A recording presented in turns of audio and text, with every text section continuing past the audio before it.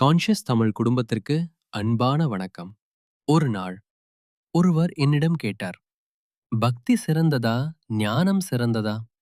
அந்த கேள்விக்கு என்னால் பதில் சொல்ல முடியவில்லை. ஏனென்றால் அது இதயம் முக்கியமா, மூளை முக்கியமா என்று கேட்பது போல இருந்தது. இன்று இந்த மிக அழகான ஆன்மீக கேள்விக்கு மகான்கள் காட்டிய வழியில் எளிமையாக விடை தேடுவோம். பக்தி என்றால் என்ன? பக்தி என்பது வெறும் பூஜை செய்வது அல்ல.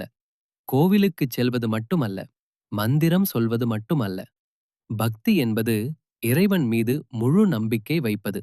நான் தனியாக இல்லை, என்னை வழிநடத்தும் ஒரு உயர்ந்த அருள் இருக்கிறது என்று இதயம் முழுவதும் உணர்வது.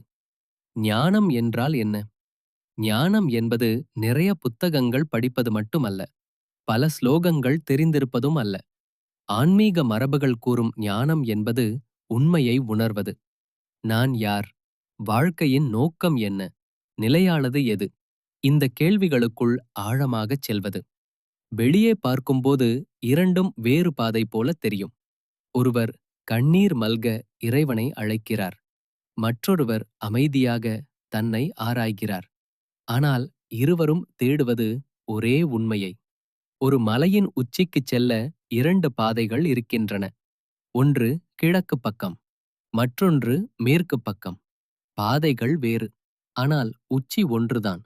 அதே போலத்தான் பக்தியும் ஞானமும் பாதைகள் வேறு. இலக்கு இறையுணர்வு. பக்தி மட்டும் போதுமா என்றார் கேள்வி எழும். ஒருவர் தினமும் பூஜை செய்கிறார், மந்திரம் சொல்கிறார். ஆனால் கோபம், பொறாமை, அகந்தை குறையவே இல்லை. அப்படியானால் அது முழுமையான பக்தியா? பக்தி வழிபாட்டில் மட்டும் தெரியக்கூடாது, வாழ்க்கையிலும் தெரிய வேண்டும். ஞானம் மட்டும் போதுமா என்ற கேள்விக்கு ஒருவர் எல்லா உபனிஷதங்களையும் படித்திருக்கலாம், பகவத்கீதையை மனப்பாடம் செய்திருக்கலாம். ஆனால் கருணை இல்லையென்றால், பணிவு இல்லையென்றால் அது முழுமையான ஞானமா? இதயத்தை மென்மையாக்குவதே உண்மையான ஞானம். இந்திய ஆன்மீக வரலாற்றில் பல மகான்கள் பக்தியையும் ஞானத்தையும் எதிரிகளாக பார்க்கவில்லை. பலரின் வாழ்க்கையில் இரண்டும் ஒன்றாகவே இருந்தன. ஒருபுறம் ஆழ்ந்த பக்தி, மறுபுறம் ஆழ்ந்த ஞானம். அதனால் அவர்களின் வாழ்க்கை அமைதியாக இருந்தது. குழந்தை தாயிடம் அன்பு செலுத்துகிறது, அது பக்தி. அதே குழந்தை வளர்ந்து தாயின் தியாகத்தை புரிந்து கொள்கிறது, அது ஞானம். அன்பு புரிதலாக மாறுகிறது, புரிதல் இன்னும் ஆழமான அன்பாக மாறுகிறது. உண்மையான பக்தி ஒரு நாள் நான் என்ற எண்ணத்தையே கரைக்க ஆரம்பிக்கிறது. எல்லாம் நீ என்று இதயம் பேச ஆரம்பிக்கும். அங்கே ஞானம் பிறக்கிறது. உண்மையான ஞானம் ஒரு நாள் எல்லா உயிர்களிலும் அதே இறை ஒளி இருக்கிறது என்று உணர வைக்கிறது. அங்கே கருணை பிறக்கிறது. அதுதான் உயர்ந்த பக்தி. சித்தர்கள் ஆழ்ந்த ஞானிகள், அதே நேரத்தில் ஆழ்ந்த பக்தர்கள். அவர்கள் இறைவனை புரிந்து கொள்ளவும் முயன்றார்கள், அன்பு செய்யவும் கற்றுக்கொண்டார்கள். அதனால் அவர்களின் வார்த்தைகளில் அறிவும் இருந்தது, அருளும் இருந்தது.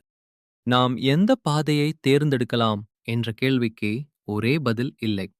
உங்களுக்கு மந்திர ஜபம் பிடித்திருந்தால் அதிலிருந்து தொடங்குங்கள்.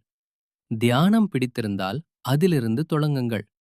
சேவை செய்ய விரும்பினால் அதிலிருந்து தொடங்குங்கள்.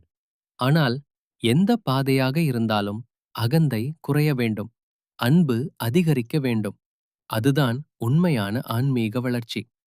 இன்று ஒரு நிமிடம் உங்களையே கேட்டுக்கொள்ளுங்கள். என் பக்தி என் குணத்தையும் மாற்றுகிறதா? அல்லது நான் வழிபடுகிறேன், இருந்தாலும் வாழ்க்கையில் அதே கோபம், அதே அகந்தையா? இந்த கேள்விக்கு நேர்மையாக பதில் சொல்லுங்கள். அதுவே இன்றைய தியானம். அடுத்ததாக 7 நாள் ஆன்மீக சவாலுக்கு தயாராகுங்கள். டே 1. 108 முறை உங்களுக்கு பிடித்த மந்திரத்தை ஜபியுங்கள். டே 2. ஒருவருக்கு எந்த எதிர்பார்ப்பும் இல்லாமல் உதவி செய்யுங்கள். டே 3. 10 நிமிடம் அமைதியாக தியானம் செய்யுங்கள். டே 4. இன்று ஒருவரை மனதார மன்னியுங்கள். டே 5. உங்கள் வாழ்க்கையில் கிடைத்த 10 அருள்களை எழுதுங்கள். டே 6. ஒரு சித்தர் அல்லது மகான் பற்றிய 15 நிமிடம் படியுங்கள். டே 7. இன்று முழுவதும் ஒவ்விஷயத்தை கவனியுங்கள். முக்கியமாக, நான் அன்பாக பேசினேனா என்பதை. பக்தி உங்களை இறைவனிடம் அழைத்துச் செல்கிறது. ஞானம் உங்களுக்குள் இருக்கும் இறையை உணர வைக்கிறது. இரண்டும் ஒரே மரத்தின் 2 கிளைகள். ஒன்று இதயத்தை திறக்கிறது, மற்றொன்று அறிவை விழிக்க வைக்கிறது. இரண்டும் சேர்ந்தால்தான் வாழ்க்கை முழுமையடைகிறது. இறுதியாக ஒரு கேள்வி.